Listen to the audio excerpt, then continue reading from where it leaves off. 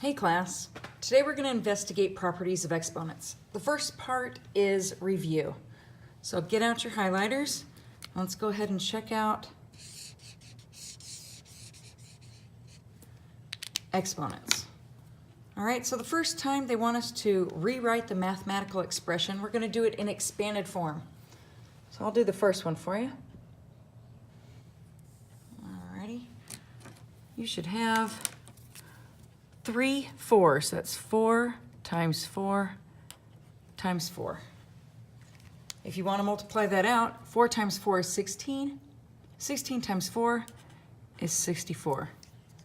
All right, try B and C right now. Go ahead. You should know how to do it. This is review. Here you go. All right, you've got 1, 2, 3, 4, 5 2s. Once you start getting that large, I don't want to multiply it out. You don't have to either. And 7 to the 1, do we actually ever put that 1 on our exponents? We really don't. So anytime you see a 7 or any other number or a variable, there's just one of them. Okay, review of last time is use expanded form. So highlight expanded form.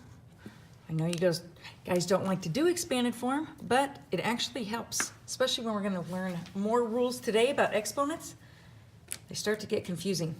All right, so first thing we have here is we have 3 2s. So I'm going to write that out, 2 times 2 times 2. And then I've got 4 more over here. 1, 2, 3, 4. For a grand total of 2 to the 7th. All right, it says write each product in expanded form, then write it in exponential. You guys kind of know the shortcut, but it's good to practice. All right, go ahead and do that on your own. You should have gotten 5 x's. This is going to be disgusting.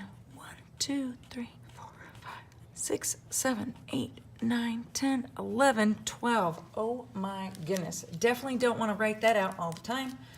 So x to the 5th times x to the 12th, I have a total of 17 x's.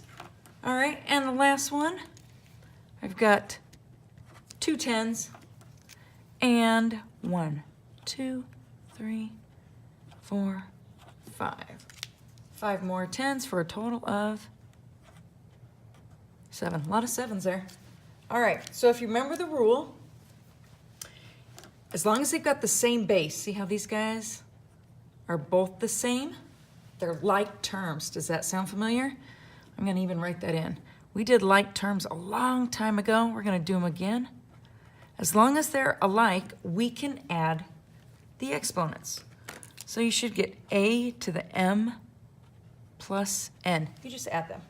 All right, that's our review. Now we're going in to quotients. All right, quotient, you'll remember, means divide. So the directions say write the numerator and denominator of each quotient in expanded form. All right, now highlight expanded form there.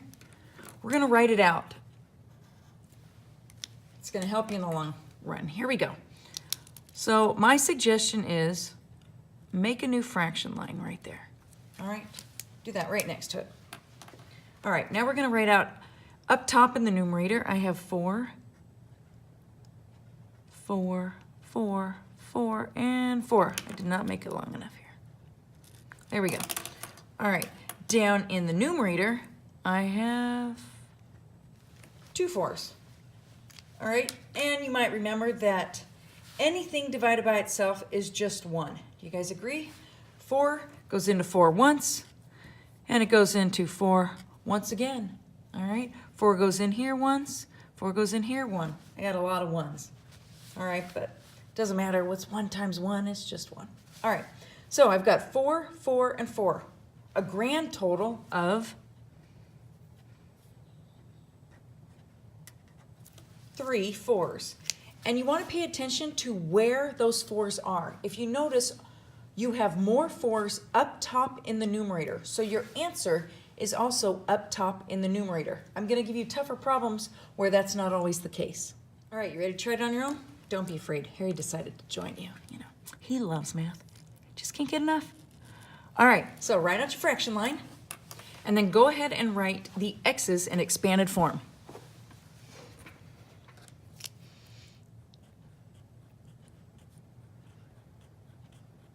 Should have 8 up top in the numerator, and I've got 6 down in the denominator. So here we go again. Anything divided by itself is just 1, 1, 1, 1. I got a lot of ones. Where do you have more x's? You've got more up top in the numerator. How many are left over? You've got 2 x's left up top. All right? The same thing goes for this last one. This last one's really gross, though. I don't want to write it out. Don't make me. Do you guys notice a pattern?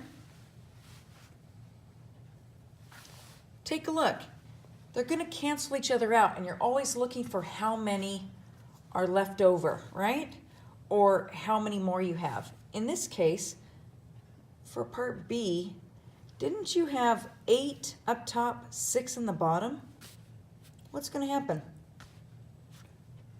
They cancel out, and you're left with 2 up top. You notice anything with the exponents? I think you do. You subtract them, don't you? Yeah, you find the difference. All right, so instead of writing out this disgusting fraction, presto magic, all right, how many more 0.94s do I have? Oh, I've got 10 up top, 5 on the bottom for a total of 5 more. Aren't they going to cancel out and I would have 5 left on top? Yes, just say yes. Don't make me write that out.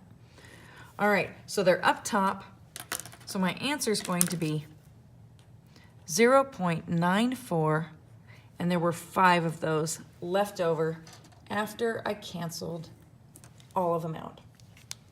All right, so take a look. What do you think the rule is going to be down at the bottom? All right. It looks like we subtracted them, didn't we? All right, so as long as they have the same base, just like when multiplying,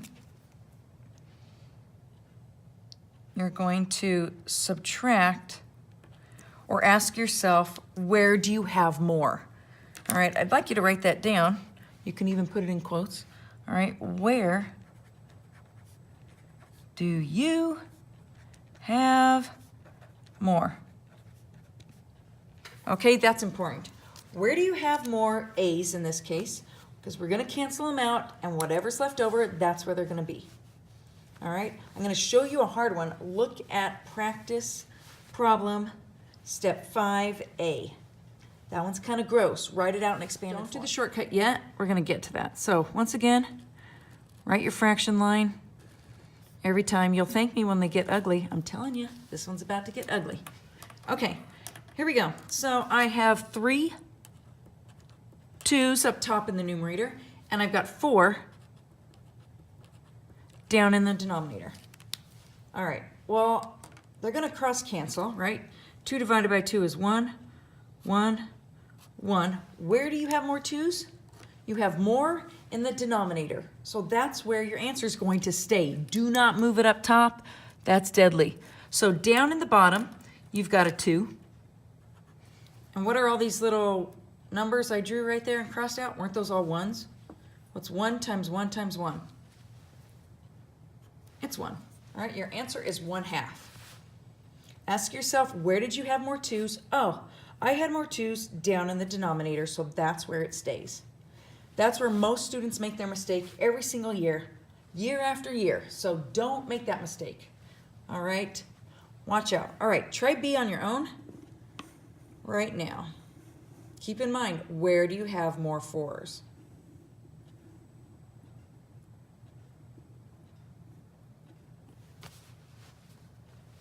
All right, here we go. 1, 2, 3, 4, 5. 1, 2, 3, 4, 5, 6, 7. Oh my gosh, that's a lot. All right. You ready? Here we go. 4 divided by 4 is 1, 1, 1, 1, 1. That's my favorite part right there. All right. So grand total, where do you have more 4's? Oh, I have more in the denominator. How many more? I've got 2 4's left over, and a lot of ones on top. Ta-da! All right, try C right now without my help. It's the last one we're going to do in expanded form, so just be patient. All right, here we go. I've got a 1, 2, 3 x's up top in the numerator. I've got 1, 2, 3, 4, 5, 6, 7, 8 in the denominator. Okay, do you notice that all of these have more in the denominator this time? I don't know why they did that. I didn't make this. All right, here we go. 1, 1, 1. There. All right, grand total. I've got 1 over x to the 5th. All right, now, good news. You guys are advanced. You're ready for the shortcut. Go to step 6 and try using the quotient property from step 4. It's our little shortcut where we just are going to find the difference between the exponents. Go ahead. All right, here we go. Here's my little tip. Draw the little line. Draw a little fraction line. All right, where do I have more 2's? Oh, I've got more in the bottom denominator, so put a 2 there. All right, then you ask yourself, how many more? You find the difference. Oh, they would have canceled out and leave 1 down in the denominator. Do I have to put a 1 here? You don't. All right, so what do I put up top to make it a fraction? Remember, there would have been all those 1's there anyways. There you go, 1/2.